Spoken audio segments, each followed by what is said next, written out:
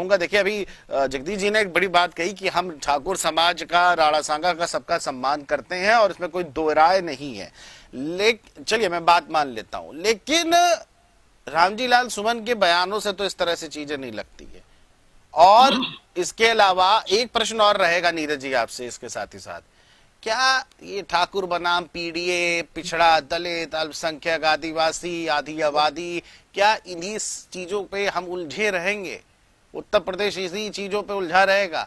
और ये सवाल जो है नीरज जी से भी है, जगदीश जी से भी है और जैन साहब आपसे भी है, आप तीनों से है सवाल। सबसे पहले नीरज जी। मुझे लगता है कुलभूषण जी, जिस देश में प्रधानमंत्री 2047 में सशक्त विकसित राष्ट्र बनाने की बात कर रहे हैं, जहां $5 ट्रिलियन इकोनॉमी की बात हो रही हो, प्रधानमंत्री के साथ साथ 21 राज्यों के मुख्यमंत्री भी बात यही कर रहे हो, उस देश में या उस राज्य में कहीं, उस देश में कहीं भी मुझे नहीं लगता कि राणा सांगा, औरंगजेब और बाबर और अकबर और हुमायूं की बात होनी चाहिए।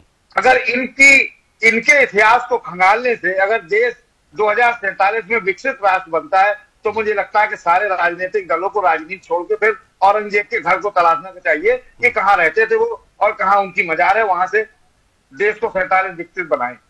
आप मुद्दों पे नहीं जाना चाहते, मुद्दों पे बात नहीं करना चाहते।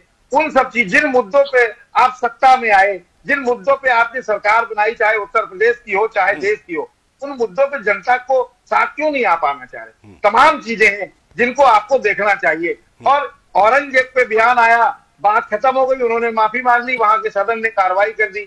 रामजी लाल सुमन जी का बयान आया, तो बहुत सारी चीजें जिनको बाद में खत्म हो गया, अब उसमें करणी सेना आ गई, कभी कोई आ गया, तो इन सब चीजों से देश का माहौल खराब होता है, प्रदेश का माहौल खराब होता है।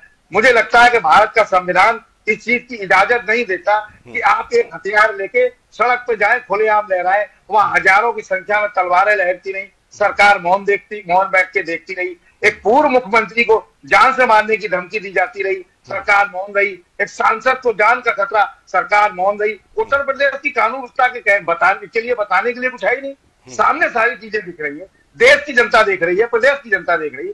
मुझे लगता है कि मुद्दों की बात होनी चाहिए और सांसद माफी मांगे, आप ये करणी सेना मांग कर रही, अरे सांसद के खिलाफ अगर कार्रवाई करनी है तो पार्लियामेंट करेगी, संसद के अध्यक्ष की जिम्मेदारी है।